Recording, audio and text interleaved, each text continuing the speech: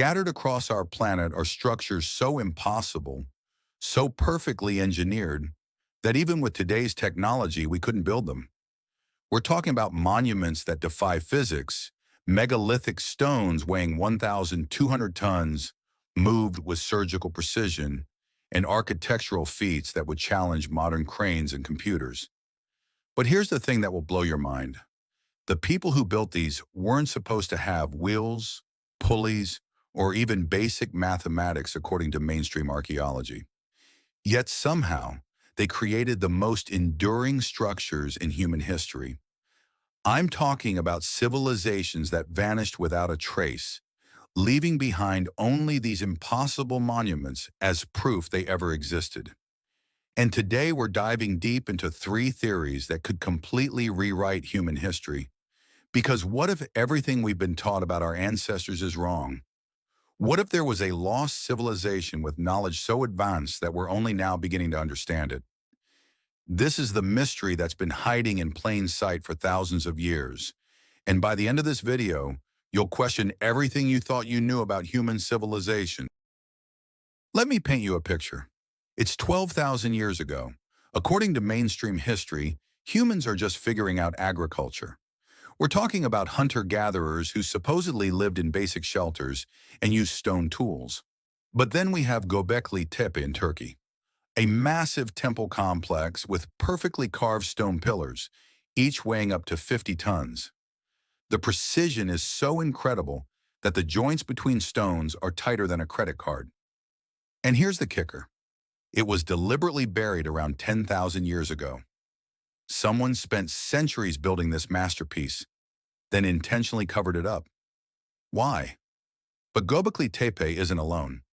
We've got Puma Punku in Bolivia, where 100-ton stone blocks are cut with such precision that they interlock like Lego pieces. No mortar, no gaps, just perfect geometric cuts that would challenge modern laser technology.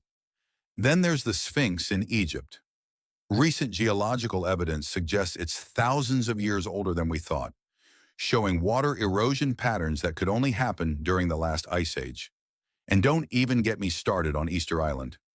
How do you transport 900 massive stone statues across an isolated island in the Pacific? Some of these moai weigh 82 tons and somehow ended up miles from where they were carved. The mainstream explanation? Ancient people were just really determined. They used ramps, ropes, and thousands of workers. But here's what they can't explain.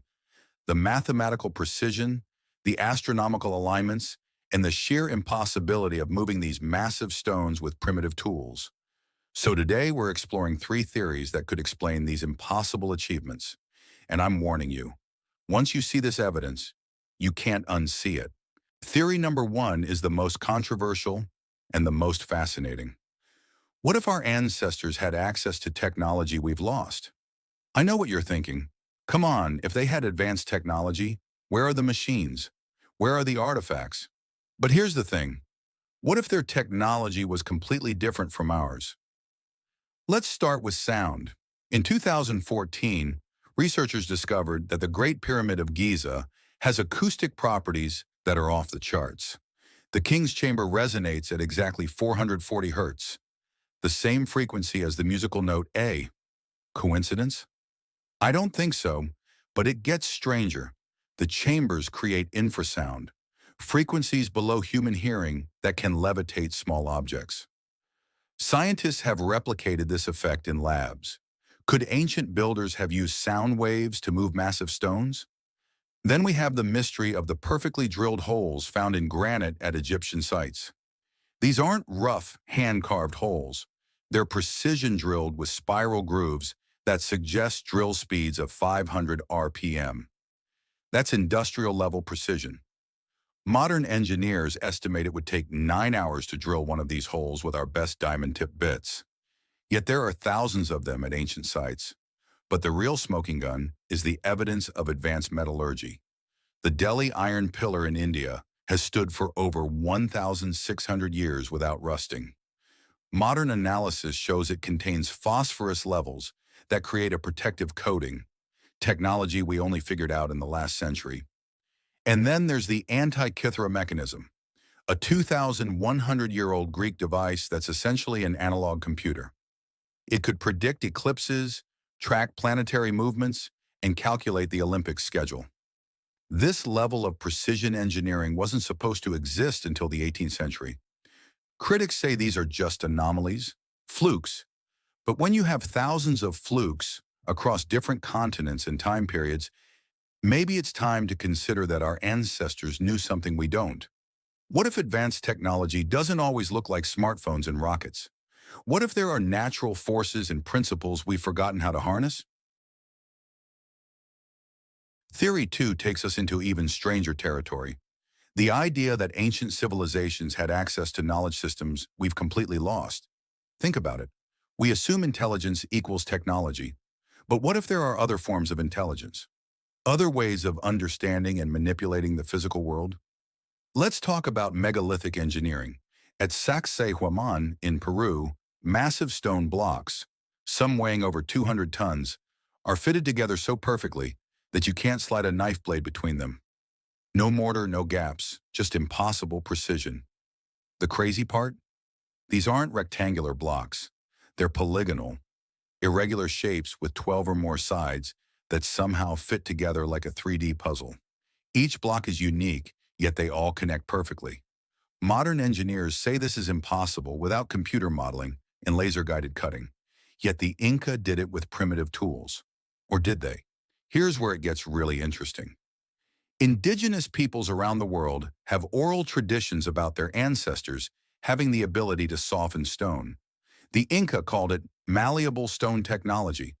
Pacific Islanders have similar legends about making rock soft like clay. Dismissed as mythology for centuries, but then scientists discovered something incredible. Certain plants in the Andes contain acids that can actually soften granite temporarily.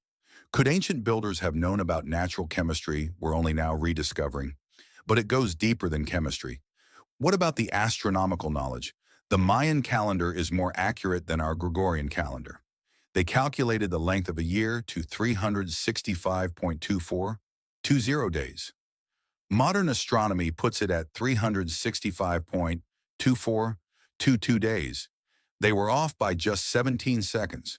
How do you achieve that level of precision without telescopes? Without computers? The Maya somehow tracked Venus cycles, predicted eclipses centuries in advance, and understood celestial mechanics that would make NASA engineers jealous. And it's not just the Maya. Stonehenge aligns with 56 different astronomical events. The Great Pyramid's dimensions encode the Earth's circumference and the speed of light. Angkor Wat mirrors the constellation Draco.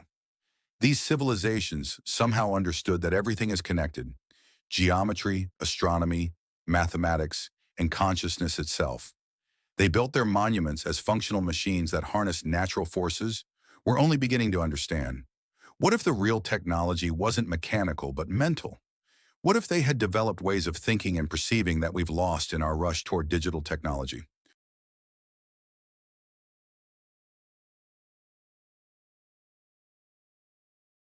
Theory 3 is the most disturbing and the most compelling. What if the evidence of advanced ancient civilization is being actively suppressed? I know that sounds like conspiracy territory, but hear me out. There's a pattern here that's impossible to ignore. In the 1990s, Dr. Robert Schoch, a geology professor at Boston University, proved that the Sphinx shows water erosion patterns. This means it had to be carved before 7000 BC, when Egypt had its last period of heavy rainfall. That makes the Sphinx at least 9,000 years old, twice as old as mainstream archaeology claims. The response? Academic blacklisting, conference rejections, funding cuts. Dr. Schoch's career was nearly destroyed for presenting geological evidence that contradicted archaeological timelines. But it's not just one scientist. Dozens of researchers have found similar evidence and faced similar consequences. Dr. Virginia Steen McIntyre lost her job for dating artifacts in Mexico that were too old. Her evidence showed human civilization in the Americas 250,000 years ago. Completely impossible, according to accepted history. Then there's the Bosnian pyramid complex. Dr. Sam Osmanagic has uncovered what appears to be the largest pyramid in the world. hidden in plain sight as a hill in Bosnia. Ground-penetrating radar shows internal chambers, precise geometry, and construction techniques that mirror Egyptian pyramids. The response from mainstream archaeology? Complete dismissal, no investigation, no serious study, just immediate rejection because it doesn't fit the accepted narrative. But here's the smoking gun: the systematic destruction of evidence. When the Library of Alexandria burned, we lost potentially thousands of years of accumulated knowledge. But it wasn't just one library. The Spanish systematically destroyed Mayan codices. The Romans destroyed Celtic sacred sites.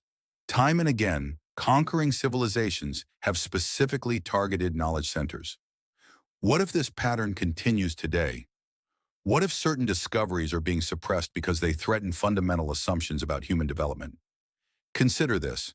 Every year, more anomalous artifacts are found. Stone spheres in Costa Rica that weigh 16 tons and are perfectly round. Crystal skulls carved with precision that exceeds modern techniques. Out-of-place artifacts that suggest advanced technology existed thousands of years before it should have. But these discoveries rarely make mainstream news.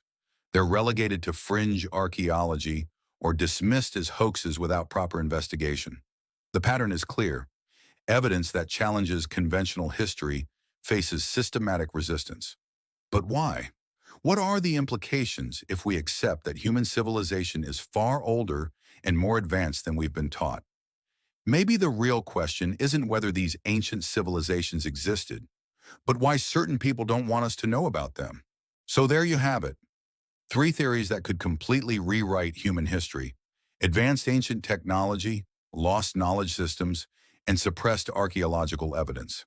The question isn't which theory is correct. It's whether we're brave enough to question everything we've been taught about our past. Because here's the thing: if any of these theories are true, it changes everything. It means human potential is far greater than we realize. It means we might be the descendants of a civilization more advanced than our own. What do you think?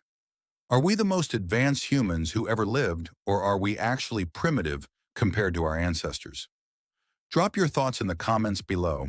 And if this video opened your mind to new possibilities, smash that subscribe button.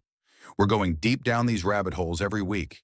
And if you want to see the evidence for yourself, I've linked all the research sources in the description. Don't take my word for it. Investigate for yourself. Until next time, keep questioning everything.